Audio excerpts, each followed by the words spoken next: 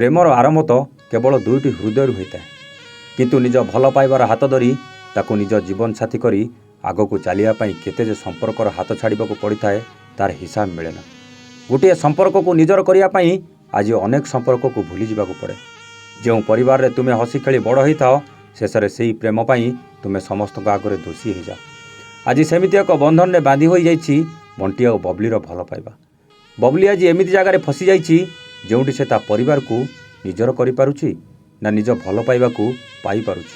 ଆଜି ବଣ୍ଟିର ଅସୁସ୍ଥତା ବିଷୟରେ ଜାଣିବି ସେ ତା ପାଖକୁ ଯିବା ପାଇଁ ତା ପାଖରେ କୌଣସି ବାଟ ନାହିଁ। ଆଜି ନିଜ ମାଆଙ୍କ ପାଖରେ ବଣ୍ଟି କଥା କହିବା ପରେ ତା ମାଆ ଏମିତି କେଉଁ ସର୍ତ୍ତ ରଖିଛନ୍ତି ବବଲି ପାଖରେ, ସେ ସର୍ତ୍ତ ବବଲିକୁ ସବୁଦିନ ପାଇଁ ବଣ୍ଟି ଜୀବନରୁ ଅଲଗା କରିଦେବନି ତ? ଜାଣିବା ପାଇଁ ଆସନ୍ତୁ ଆରମ୍ଭ କରିବା ଆଜିର ଏ ଅଧ୍ୟାୟ। ଆଜି ଏ କାହାଣୀରେ ବଣ୍ଟି କିଏ ସେ ଖବର ତ ମିଳିଲାନି। କେମିତି ଜାଣିବି? ଆଇ ଆସିଲା ଦିନରୁ ମୁଁ ସେ ଡାଏରୀକୁ ଠିକ୍ ଭାବରେ ପଢ଼ି ପାରିନି। ମୋ ମୁଣ୍ଡକୁ କିଛି ବି ପଶୁନି।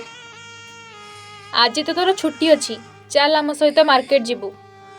ନାଇଁ ମାମା, ମୋ ଦେହ ଭଲ ଲାଗୁନି, ମୁଁ ତମ ସହିତ ଯିବିନି। ତୋ ଦେହ ଭଲ ନାହିଁ? କ'ଣ ହେଇଛି ତୋର? ମୋତେ ତ କାହିଁ କହିନୁ? ନାଇଁ ମାମା, ତମେ ଏମିତି ଟେନସନ୍ ନିଅନି, ମୁଁ ଟିକେ ଶୋଇପଡ଼ିଲେ ସବୁ ଠିକ୍ ହେଇଯିବ। ହଉ ତାହେଲେ ତୁ ଶୋଇପଡ଼, ମୁଁ ଅଛି ତୋ ପାଖରେ। ଆରେ ସବୁ ପ୍ଲାନ୍ ତ ଖରାପ ହେଇଗଲା। ମାମା, ତମେ ଆଈଙ୍କ ସହିତ ଯାଅ, ମୁଁ ଘରେ ଅଛି। ଆଉ ଏବେ ମୁଁ ଠିକ୍ ହେଇଗଲିଣି, ମୁଁ ଘରେ ବସି ଖେଳିବି। ତୁ ସତ କହୁଛୁ ନା ଧନ? ହଁ ମାମା, ପୁରା ସତ କହୁଛି। ହଉ ତାହେଲେ ଠିକ୍ ଅଛି। ବାଏ ମାମା, love you. Love you too Madan. ଓହୋ, ଏତେ ଆକ୍ଟିଂ କଲା ପରେ ଏବେ ଟିକେ ଟାଇମ୍ ମିଳିଲା। ଆଜି ଯେମିତି ହେଲେ କାହାଣୀର ସବୁ ସତ ଜାଣିବାକୁ ପଡ଼ିବ। ମାମା ଆଉ ଆଈ ଆସିବା ପୂର୍ବରୁ ଆମେ ସବୁ ଡାଏରୀକୁ ପଢ଼ିବା। ବଣ୍ଟିର ଏମିତି ଅବସ୍ଥା ପରେ ବି ଆମ ଘର ଲୋକ ନିଜ ଜିଦି ପୁରା କରିବାକୁ ଲାଗିଛନ୍ତି। ଏମାନେ ସବୁ ମଣିଷ ନା ପଥର ସେଇଟା ମୁଁ ବୁଝିପାରୁନି। ଆଜି ବଣ୍ଟି ହସ୍ପିଟାଲ ବେଡ୍ରେ ମୃତ୍ୟୁ ସହ ଲଢ଼ୁଛି, ଆଉ ଏମାନେ ମୋ ବାହାଘର କରିବାକୁ ଚାହୁଁଛନ୍ତି। ବଣ୍ଟିକୁ ଦେଖିବାକୁ ବହୁତ ଇଚ୍ଛା ହେଉଛି, ହେଲେ କେମିତି? ବୋଉକୁ କହିଲେ ତ ସେ ମୋ ଆଗରେ ସର୍ତ୍ତର ପାହାଡ଼ ଠିଆ କରୁଛି। ହଉ, ମୋ ଭଲ ପାଇବା ପାଇଁ ମୁଁ ସବୁ କଷ୍ଟକୁ ସହିଯିବି। ବୋଉ ସହିତ କଥା ହେବାକୁ ପଡ଼ିବ। ଆଣ୍ଟି, ମୋତେ ଟିକେ ତମ ଫୋନ୍ଟା ଦେବ, ମୁଁ ଘରକୁ କଲ୍ କରିବି। ସେ ଫୋନ୍ କଥା ମୋତେ ତୁ କହନି। ଥରେ ତ ଯାହା କରିଲୁ, ଆଉ ତୋ ହାତକୁ ଫୋନ୍ ଦେବି? ମୁଁ ବୋଉ ସହିତ କଥା ହେବି। ନାଇଁ, ଭାଉଜ ମୋତେ ମନା କରିଛନ୍ତି, ତୋ ହାତକୁ ଆଉ ଫୋନ୍ ଯିବନି। ହେଲେ ଆଣ୍ଟି। ଓହୋ, କେତେ ଜିଦିଆ ଝିଅଟା କିରେ? କହିଲି ପା ଦେଇପାରିବିନି। ଯାହା କହିବାର ଅଛି କହ, ମୁଁ ତ ବୋଉକୁ ଜଣେଇଦେବି। ଏମିତିରେ ବି ସେ ତୋ ସହ କଥା ହେବାକୁ ମନା କରିଛନ୍ତି। ଏମାନେ ମୋ ସହ ଯାହା କିଛି କରୁଛନ୍ତି ତାକୁ ଦେଖି ମୁଁ ପାଗଳ ହେଇଯିବି। ଆଉ ମୋ ବଣ୍ଟି ବି ଆଜି ଯେଉଁ ଅବସ୍ଥାରେ ପଡ଼ିଛନ୍ତି, ସେ ଜାଗାରୁ ବାହାରିବାକୁ ସମୟ ତ ଲାଗିବ। ସେତେ ଦିନ ଯାଏଁ ସବୁ ସହିଯିବି। ତତେ ପଚାରିଲି ପା କ'ଣ କଥା ଅଛି କହ ବୋଲି, ଆଉ ମନେ ମନେ କ'ଣ ଗପୁଛୁ? ହଉ ଆଣ୍ଟି, ବୋଉକୁ କହିଦେବ ମୁଁ ତା ସର୍ତ୍ତ ମାନିବାକୁ ରାଜି ଅଛି, ହେଲେ ମୋତେ ଟିକେ ବଣ୍ଟି ସହ ଦେଖା କରିବାକୁ ଦଉ। ଆରେ ଏଇ କଥା ତୁ ମୋତେ ଆଗରୁ କହିଲୁନି? ମୁଁ ଖାଲିଟାରେ ତୋ ଉପରେ ରାଗୁଥିଲି। ଶୁଣୁ, ତୁ ଆମ କଥାରେ ବାହା ହେବା ପାଇଁ ରାଜି ହେଇଯା। ମୁଁ ବୁନୁକୁ କହିବି, ସେ ତୋତେ ନେଇ ହସ୍ପିଟାଲରୁ ବୁଲେଇ ଆଣିବ। ବାଃ ଆଣ୍ଟି, ବହୁତ ଭଲ କଥା କହିଦେଲ। ମୋ ବଣ୍ଟିକୁ ଟିକେ ଦେଖିବା ପାଇଁ ମୁଁ ସବୁ କଥାରେ ରାଜି। ହଉ, ମୁଁ ବୁନୁ ସହ କଥା ହେଇଯିବି, ତୁ ରେଡ଼ି ହେଇଯା। ଆଉ କେତେ ପରୀକ୍ଷା ନେବ ପ୍ରଭୁ, ମୁଁ ଆଉ ସହିପାରୁନି। ଏମିତି ସମୟରେ ମୁଁ ତାଙ୍କୁ ଟିକେ ଦେଖିବାକୁ ବି ମୋ ପାଇଁ ଏମିତି ସର୍ତ୍ତ କାହିଁକି ରଖୁଛ?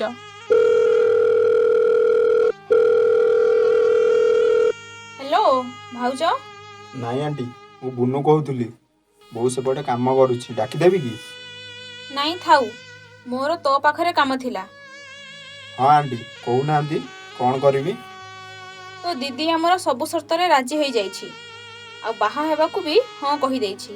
ତୁ ଖାଲି ତାକୁ ନେଇ ସେ ବଣ୍ଟିକୁ ଦେଖେଇ ଆଣିବୁ। ହଉ ଆଣ୍ଟି, ମୁଁ ଏବେ ବାହାରୁଛି। ଆମ ଘର ଲୋକ ଏତେ ପଥର କେମିତି ହେଲେ? ନିଜ ସ୍ୱାର୍ଥ ପାଇଁ ଆଜି ଦୁଇଟା ଜୀବନ ନଷ୍ଟ ହେବାକୁ ଯାଉଛି। ଦିଦି ବି ଆଜି କେମିତି ନିଜ ଭଲ ପାଇବାକୁ ଭୁଲି ଯାଉଛି। ଘର ଲୋକଙ୍କର ଏ ବନ୍ଦୀ ଘର ଭିତରୁ ଆଜି ଟିକେ ଖୋଲାରେ ନିଶ୍ୱାସ ନେବାକୁ ମିଳିବ। ଆଉ ଏତେ ଦିନ ପରେ ମୋ ବଣ୍ଟିକୁ ବି ଟିକେ ଦେଖିବି। ଘରୁ ବାହାରକୁ ଯିବାକୁ ମିଳୁଛି, ତାର ଫାଇଦା ନେବାକୁ ଜମା ଚିନ୍ତା କରିବୁନି। ନାଇଁ ଆଣ୍ଟି।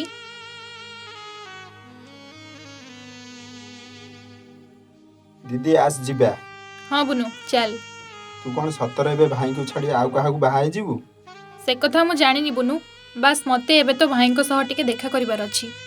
ଦେଖ ଦିଦି, ଯାହା ବି କରିବୁ ସବୁ କଥା ଭାବି ଚିନ୍ତି କରିବୁ। ହସ୍ପିଟାଲ ଆସିଗଲା ଦିଦି। ବଣ୍ଟି, ଇଏ କ'ଣ ହେଇଗଲା ତମର? ମୁଁ କେବେ ଚିନ୍ତା ବି କରିନଥିଲି ତମକୁ କେବେ ଏମିତି ଅବସ୍ଥାରେ ଦେଖିବି। ନିଜକୁ ଟିକେ ସମ୍ଭାଳିବାକୁ ଚେଷ୍ଟା କର ଦିଦି। ଆଃ ଆଃ ଦିଦି ଦିଦି ଉଠ, କ'ଣ ହେଲା ତୋର? ମନ ଖୋଜୁଥିବା ଚେହେରାକୁ ଯେତେବେଳେ ଆଖି ସାମ୍ନାରେ ଦେଖିଥାଏ ସେତେବେଳେ ସେ ନିଜକୁ କେମିତି ବା ରୋକିପାରିବ? ଯେଉଁ ମୁହଁକୁ ଦେଖିଦେଲେ ଜୀବନର ସବୁକିଛି ମିଳିଯାଇଥାଏ ତାକୁ ଆଖି ସାମ୍ନାରୁ କେମିତି ବା ଦୂରେଇ ପାରିବ? ଏହି ଜୀବନର ଚଲାପଥରେ ତ କଣ୍ଟା ଅନେକ ଆସିଥାଏ, କିନ୍ତୁ ଯାହାକୁ ନିଜର କରି ଏ ଜୀବନରେ ଆଗକୁ ବଢ଼ିବାକୁ ମନ ଚାହିଁଥାଏ ଶେଷରେ ସେହି ହାତକୁ ଛାଡ଼ି କେମିତି ବା ଏ ପାଦ ଆଗକୁ ବଢ଼ିପାରିବ?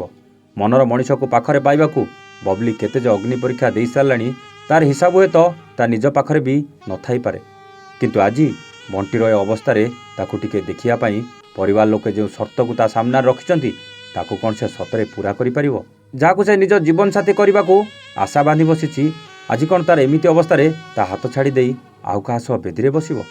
ବବଲି ପାଇଁ ଏ ପ୍ରତିଟି ସର୍ତ୍ତ ଆଜି ପାହାଡ଼ ପରି ଛିଡ଼ା ହୋଇଛି, ଯାହାର ଉତ୍ତର ତା ପାଖରେ ନାହିଁ। କିନ୍ତୁ ସବୁକିଛିକୁ ମନ ଭିତରେ ସମ୍ଭାଳି ରଖି ସେ ଆଜି ଆସିଛି ତା ମନର ମଣିଷକୁ ଦେଖିବା ପାଇଁ।